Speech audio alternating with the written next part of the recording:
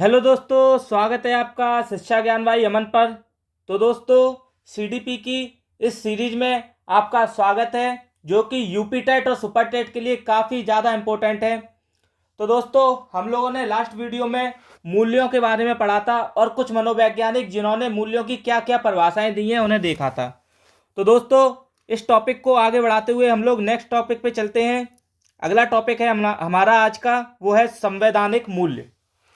तो देखते हैं संविधान में मूल्यों को कैसे वर्गीकृत किया गया है और किन किन शब्दों का यूज किया गया है संविधानों में। तो पहला पॉइंट देखते हैं हम लोग। संविधान में वर्णित मूल्य को संवैधानिक मूल्य कहते हैं। जो संविधान में वर्णित मूल्य है उन्हें संवैधानिक मूल्य कहते हैं। नेक्स्ट पॉइंट है, भारतीय संविधान में ज़्यादातर मूल्य संविधान की प्रस्तावना में वर्णित हैं। जो भी संविधान में मूल्य हैं वो ज़्यादातर संविधान के प्रस्तावना में वर्णित हैं। अगला पॉइंट देखते हैं, कुछ अन्य मूल्य मूल अधिकारों में एवं मूल कर्तव्यों में भी माने गए हैं, जिनकी संख्या क्रमशः 6 और 11 है। मतलब जो मूल्य अधिकारों में जो मूल्यों की संख्या वो है 6 और मूल कर्तव्यों में जो मूल्यों की संख्या है वो है 11। अगला पॉइंट देखते हैं हम लोग, भारतीय संविधान में मूल्यों एवं नैतिकता की अधिकता होने के कारण इसे कुछ आलोचकों ने नैतिकता का थैला भी कहा है। तो दोस्तों, इस पॉइंट को ध्यान से याद रखेंगे कि भारतीय संविधान में मूल्यों और नैतिकता के अधिकता होने के कारण कुछ आलोचकों ने इसे नैतिकता का थैला कहा है। अगला पॉइंट देखते हैं क्या है, प्रमुख संवैधानिक मूल्य। अब प्रमुख संवैधानिक मूल्य देखते हैं जो कि हमारी प्रस्तावना में इन शब्दों का बार बार वर्णन हुआ है। पहला है संप्रभुता। तो दोस्तों देखते हैं कि संप्रभुता का मतलब क्या है। भारत अपने विदेशी मुद्दों या संबंधों तथा आंतरिक मामलों में किसी विदेशी सत्ता के अधीन नहीं है। इसका मतलब है कि भारत अपने विदेशी मुद्दों और संबंधों तथा आंतरिक मामलों में किसी विदेशी सत्ता के अधीन नहीं है, किसी के ऊपर निर्भर नहीं है। यह है संप्रभुता। अगला पॉइंट है धर्मनिरपेक्षता। हमारा संविधान किसी पर भी संविधान या सरकार द्वारा जबरन किसी खास धर्म को थोपने की इजाज़त नहीं देता है, क्योंकि धर्म एक निजी मामला है। धर्मनिरपेक्षता का मतलब है हमारा संविधान किसी के ऊपर ये दबाव नहीं बनाता है कि तुमको ये धर्म छोड़कर दूसरा धर्म अपनाना चाहिए, क्योंकि धर्म जो है वो एक निजी मामला है। अगला पॉइंट है समाजवाद। संविधान किसी व्यक्ति विशेष के लिए नहीं अपितु सभी की उन्नति के लिए प्रयास करेगा या करता है। यह है समाजवाद। अगला पॉइंट है गणराज्य। गणराज्य में क्या बताया है, हमारे संविधान की वास्तविक शक्ति प्रजातांत्रिक के रूप में भारत की जनता में है। प्रजातंत्र मतलब जहाँ पे प्रजा का तंत्र हो, लोगों का तंत्र हो, इसे कहते हैं प्रजातांत्रिक। तो वो जनता के हाथ में है। अगला पॉइंट है स्वतंत्रता। स्वतंत्रता में क्या बताया है, देश में कहीं भी आने जाने, बस जाने, आजीविका कमाने, अपना विचार रखने तथा शांतिपूर्वक धरना करने की स्वतंत्रता है। मतलब हमारे देश में लोगों को कहीं पर भी भ्रमण करने, यहाँ से लेके किसी भी राज्य में बस जाने का, अपनी आजीविका चलाने के लिए, जैसे देखते हैं हम लोग बिहार के लोग दिल्ली में आके कमाई का साधन ढूंढते हैं और यहाँ पर अपना आजीविका चलाने के लिए कमाते हैं, और शांतिपूर्वक धरना रखने की स्वतंत्रता है हमारे देश में। अगला पॉइंट है समानता।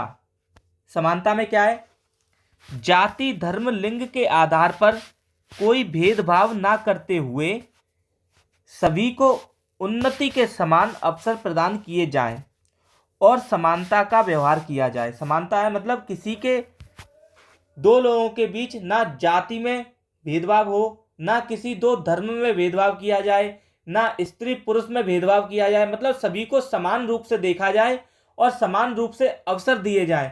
यही समानता के अंदर आता है। अगला पॉइंट देखते हैं हम लोग, मानवीय मूल्य हैं कुछ, उन मानवीय मूल्यों पे विचार करेंगे। पहला है सामाजिक मूल्य। सामाजिक मूल्य में क्या क्या आता है? समूह भावना, सामाजिक मूल्य में समूह भावना, सहकारिता, परस्पर निर्भरता, भाईचारा और सहयोग की भावना, ये सब सामाजिक मूल्य के अंतर्गत आते हैं। अगला पॉइंट देखते हैं हम लोग, वैज्ञानिक मूल्य। वैज्ञानिक मूल्य में क्या आता है? वैधता, विश्वसनीयता, सार्वभौमिकता और वस्तुनिष्ठता। ये सभी पॉइंट जो हैं वो वैज्ञानिक मूल्य को निरूपित रहते हैं हमेशा, कि कोई भी अगर आविष्कार हो रहा है तो उसमें वैधता होनी चाहिए, कोई भी थीसिस है तो उसमें विश्वसनीयता होनी चाहिए, सार्वभौमिकता होनी चाहिए। ये सब चीज वैज्ञानिक मूल्य के अंतर्गत आते हैं। अगला पॉइंट देखते हैं हम लोग, व्यावसायिक मूल्य। व्यावसायिक मूल्य में क्या है? जवाबदेही, पारदर्शिता, गोपनीयता और वचनबद्धता। जैसे आप किसी के साथ व्यवसाय कर रहे हैं तो आप लोगों के बीच में पारदर्शिता होना बहुत ही ज़्यादा जरूरी है, कोई चीज़ छुपाई ना जाए। गोपनीयता कैसे जरूरी है? जैसे मान के चलिए आपने किसी से कुछ सामान किसी रेट पर लिया तो वो चीज़ केवल आप लोगों के बीच में ही गोपनीय रहे। क्या पता उसका किसी और के साथ वो सामान की डील ज़्यादा में हुई हो या कम में हुई हो, तो आपका और आपके साथ जिसकी डील हो रही है उनके बीच में बातों की गोपनीयता बनी रहे। यह व्यावसायिक मूल्यों में सबसे ज़्यादा जरूरी होता है। अगला पॉइंट है वचनबद्धता। जैसे कि आज आपने किसी से डील कर ली, मान के चलिए सोने की, सोना आज है 1,00,000, सपोज दैट मान के चलिए आपके और उसके बीच में आज डील हो गई 1,00,000 पर। कल क्या हुआ? कल सोने की रेट हो गई 1,20,000, 20,000 रुपए की बढ़ोतरी हो गई। लेकिन वचनबद्धता में क्या है? आपकी जब डील हुई वो हुई 1,00,000 में, तो आपको वो चीज उसे 1,00,000 में ही प्रोवाइड कराई जाएगी। ये व्यवसायिक मूल्य का खास टर्म है, वचनबद्धता।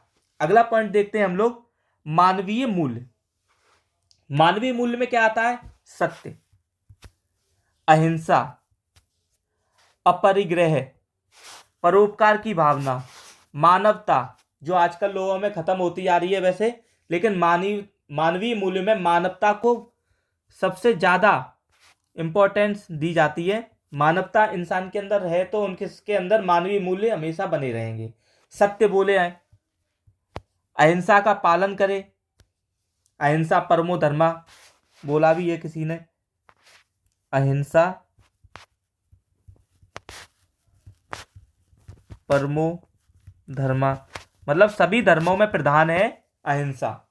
अपरिग्रह, परोपकार, एक दूसरे का सहयोग करना, एक दूसरे की सहायता करना, यह सभी आते हैं मानवीय मूल्य के अंतर्गत। तो दोस्तों ये था आपके मानवीय मूल्य, जिसके कुछ पॉइंट हम लोगों ने देखे, सामाजिक मूल्य, वैज्ञानिक मूल्य, व्यावसायिक मूल्य, मानवीय मूल्य, और हम लोगों ने आज प्रमुख संवैधानिक मूल्यों के बारे में पढ़ा। तो आज के लिए इतना काफ़ी है। अगली वीडियो में हम लोग पढ़ेंगे व्यावसायिक आचरण एवं उनकी नीतियां।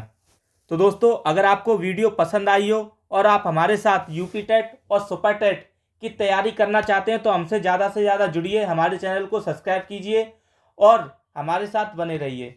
Thank you.